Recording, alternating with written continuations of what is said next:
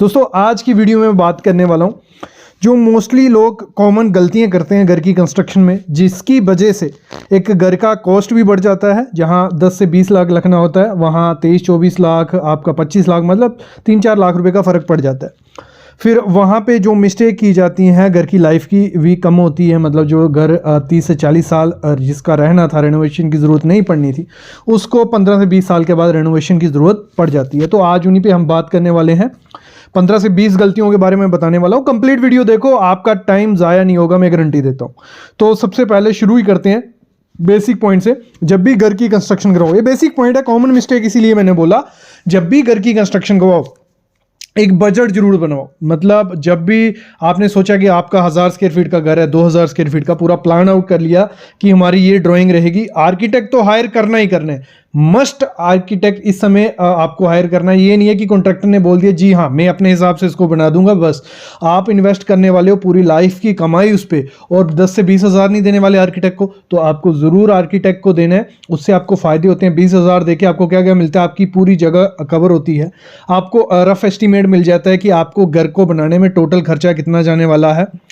आप फिर उसके बाद एक प्रॉपर आर्किटेक्ट हायर कर सकते हो। जैसे मैं बात कर रहा था, घर को बनाने में पहले बजट बना लीजिएगा, फिर कॉन्ट्रैक्टर के साथ एग्रीमेंट मस्ट कर लो। एग्रीमेंट किया होगा तो आपको पूरा आइडिया रहेगा कितना खर्चा है, कितना कितना कब देना है, और पेमेंट की इंस्टॉलमेंट तय कर लो पूरी की। हमें इस तारीख को इतना काम हो जाएगा तो हम आपको 5 लाख देंगे, इतना काम हो जाएगा तो 5 लाख देंगे। तो पूरा अगर डिसाइडेड होगा, बजट भी होगा, तो आप पूरा प्लान आउट रखोगे। नहीं तो बीच में पैसा खत्म हो गया, जहां आपने ठेकेदार को पैसे दे दिए, ठेकेदार भाग गया, तो ये चीज़ें होने नहीं देनी है। और कॉन्ट्रैक्टर जब भी हायर करो आप, कॉन्ट्रैक्टर को आपको इस तरीके से हायर करना है कि उसके पुराने काम 4-5 काम आपने देखने हैं। ये नहीं कि सस्ते में बोल रहा है, बाकी जो मार्केट रेट चल रहा है 1300-1400 रुपये पर स्क्वायर फीट, और आपको कोई कॉन्ट्रैक्टर बोलता है कि आपको 1200, 1250 या 1300 में करके दे देंगे। लेकिन मिल रहा है, अच्छी बात है, लेकिन उसका पुराना काम देख लीजिए, उसका क्या तरीका है काम करने का, वो सब चीज़ें पता करके एक प्रॉपरली हायर करोगे कॉन्ट्रैक्टर तो अच्छा रहेगा। मोस्टली जो कॉमन मिस्टेक लोग करते हैं कॉन्ट्रैक्टर को चूज़ करने में दिक्कत, वो उसका पुराना काम नहीं देखते हैं, कम रेट में उसको काम दे देते हैं, बाद में वो आधा काम छोड़ के भाग जाता है, पैसे ले जाता है। ये काफ़ी चीज़ें देखने को मिलती है। ना मैं किसी कॉन्ट्रैक्टर को जज कर रहा हूँ, कुछ कॉन्ट्रैक्टर की बात हो रही है, बस गाइडेंस आपके लिए। फिर हम बात करें या जो यहाँ आप देख रहे हो, यहाँ क्या किया गया, कॉलम है, ठीक है, कॉलम फुटिंग की जा रही है। कुछ लोग क्या करते हैं, शटरिंग की ज़्यादा ब्रिक वर्क यूज़ करते हैं, ब्रिक यूज़ करते हैं, ब्रिक लगा देते हैं और उसमें कंक्रीट कर देते हैं। तो इसमें होता क्या है, एक तो मेरे ख्याल में कोई खर्चा इसमें नहीं बच रहा। आपकी जो ब्रिक यूज़ कर रहे हो वो जब निकालोगे आधी टूट जाएगी, आधी खराब होगी, इसको लेबर साफ करने में लगेगी, वो जो उतना शटरिंग का खर्चा आपको पड़ेगा। दूसरी चीज़, इसमें प्रॉपर ना आप वाइब्रेटर चला सकते हो, ना आप प्रॉपर कॉम्पैक्शन कर सकते हो कि भाग नहीं जाए। और होता क्या है, हनीकॉम्ब निकलता है बाद में, और ये मतलब मेरे ख्याल में ये अच्छा प्रोसेस नहीं है। कभी भी आपको कहीं भी शटरिंग कंक्रीट करना है, वहाँ प्रॉपर शटरिंग आपकी होनी चाहिए, और प्रॉपर कॉम्पैक्शन आप करोगे तो कोई दिक्कत नहीं आएगी, एक प्रॉपर स्ट्रेंथ मिलेगी। देखो ये बेस में ही कर दिया, मतलब ये फुटिंग है, और फुटिंग में ही अगर ये काम कर दिया तो ऊपर स्ट्रक्चर बनकर क्या करेगा, स्ट्रक्चर तो प्रॉपर लोड डिस्ट्रीब्यूट कर ही नहीं पाएगा, वो दिक्कत आएगी, ठीक है ना। और जो फुटिंग की डेप्थ होती है वो चूज करता है कॉन्ट्रैक्टर आपका। यहाँ आप, मैंने जैसे कहा, आर्किटेक्ट आपको हायर करना है, लोग आर्किटेक्ट हायर नहीं करते हैं मोस्टली यार। 100 में से 50% लोग आर्किटेक्ट को हायर नहीं करते कि इनको क्या है, इनको कुछ पता नहीं है। मैं आर्किटेक्ट की बात कर रहा हूँ, सिविल इंजीनियर की नहीं। यहाँ पे ध्यान देना, आर्किटेक्ट अलग चीज़ है, सिविल इंजीनियर अलग चीज़ है। तो आर्किटेक्ट आपको हायर करना है, उससे प्रॉपर आपको फुटिंग की डेप्थ डिसाइड करनी है। कॉन्ट्रैक्टर क्या करते हैं, पुरानी कंस्ट्रक्शन करके आए होते हैं, उस हिसाब से जहाँ पे उन्होंने कहा था कि 6 फीट हमने हाइट दी थी भाई पिछले घर में, तो यहाँ भी 6 फीट कर दो, डबल स्टोरी बनने वाली है। यहाँ सॉइल की कंडीशन अलग होगी, वहाँ सॉइल की कंडीशन अलग होगी, वहाँ स्ट्रक्चर अलग होगा, यहाँ स्ट्रक्चर अलग होगा। उसी पे मत जाओ, ये बहुत बड़ी गलती होती है। वो उसी पे जाते हैं, फिर कॉलम का साइज भी वही दे देते हैं, कॉलम का सरिया वही दे देते हैं, कई जगह 12 का लेंथ यूज़ कर रहे हैं, कई जगह 16 का। ऐसा कभी नहीं करना, ये बहुत बड़ी गलती होती है। इस गलती को नज़रअंदाज मत करो, ये कॉमन मिस्टेक है। इन मिस्टेक को, मतलब जो आप पहले ही प्लानिंग कर रहे हो ना, अगर प्लानिंग में ही गलती कर दी, आगे तो गलती होने ही वाली है। अभी थोड़ी मिस्टेक मैं आपको बताता हूँ जो साइड पे होती हैं घर की कंस्ट्रक्शन के दौरान।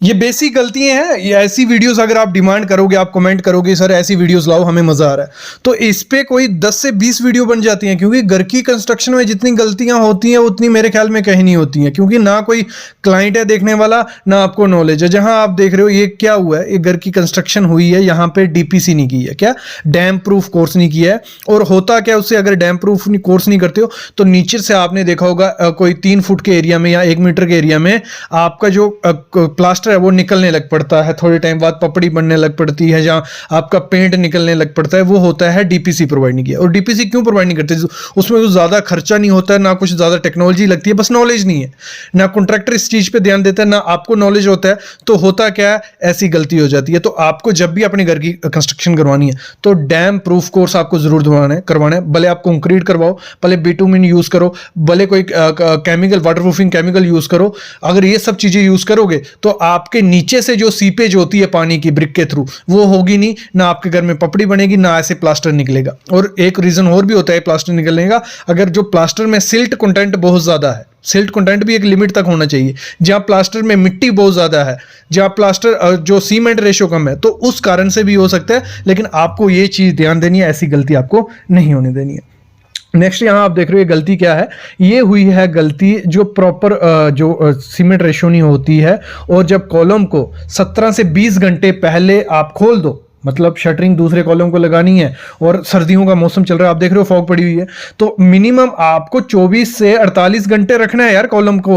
अगर आप पहले खोल दोगे तो ऐसा आपको दिखेगा कि जो उसके कॉर्नर्स होते हैं, एजेस होते हैं, वो टूट जाते हैं और ऐसा कॉलम कुछ दिखता है। इस कॉलम का कुछ मतलब ही नहीं है ना जब इस पे लोड आएगा, क्योंकि इसमें क्रैक्स बने हुए हैं, आप देख रहे हो पहले से इसमें क्रैक्स हैं, और जब इसमें लोड आएगा तो ये फेलियर की तरफ आपको ले जाएगा। जो जॉइंट बना है दोनों का, नीचे का कॉलम देखो और ऊपर का कॉलम, ये मेरे को लगता है ये ऐसा लग रहा है कि जो मिक्स रेशियो उसमें यूज की गई है वो M10 की यूज की गई है।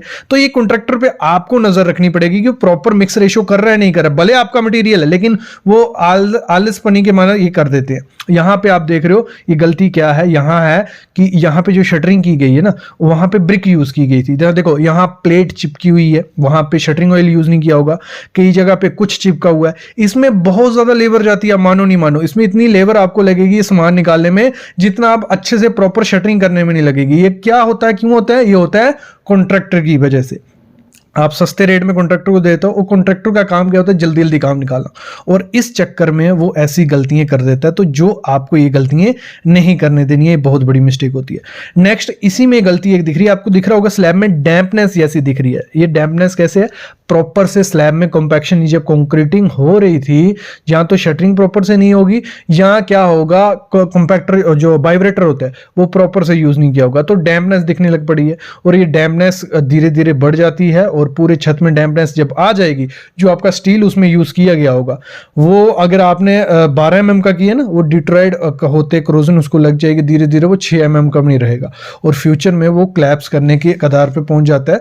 तो ये गलती को आपको नहीं होने देना है। अगर आप अपने घर की कंस्ट्रक्शन करवा रहे हो तो पहले ही मेंशन कर देना है स्लैब में कि आपकी मिनिमम 6 mm की थिकनेस रखो, प्रॉपर वाइब्रेटर करो, प्रॉपर लीकेज हो नहीं। इसी में एक और नेक्स्ट गलती निकल आती है जब कर रहे होते हैं शटरिंग, तो उसमें जो होता है ना, देखो यहां आप दिख रहे हो स्लरी है जो निकल रही है, ये क्या हो रहा है, जो प्रॉपर गैप्स होते हैं प्लेट्स के बीच, या आपने कुछ भी यूज किया है शटरिंग के लिए, तो उसमें अगर प्रॉपर गैप हो नहीं हो, मतलब गैप को फिल नहीं किया हो, तो वो गलती हो सकती है। और नीचे आप सपोर्ट्स देख ही सकते हो, जो बल्लियां यूज की गई हैं उसके नीचे कितनी ब्रिक लगी है।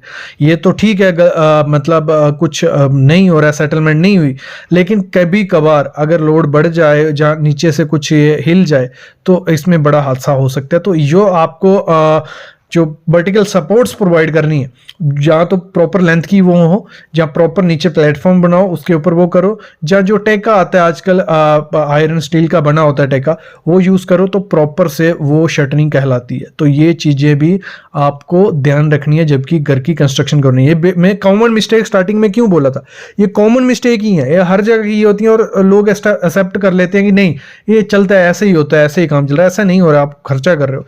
यहाँ आप देख रहे हो कॉलम जो बीम है, हमारा बीम के बीच कंडक्ट पाइप डाली हुई है, कोई स्टील नहीं है व्हाइट कलर का, ये कंडक्ट पाइप है। और कभी भी आपको कॉलम और बीम के अंदर कंडक्ट पाइप नहीं रखनी है, हॉलो सेक्शन बन जाती है और फेलियर के चांसेस बढ़ जाते हैं। नेक्स्ट यहां देख रहे हो ये शटरिंग रेडी है, मतलब कंक्रीट होने वाला है कल इसका, और आप गैप देख सकते हो।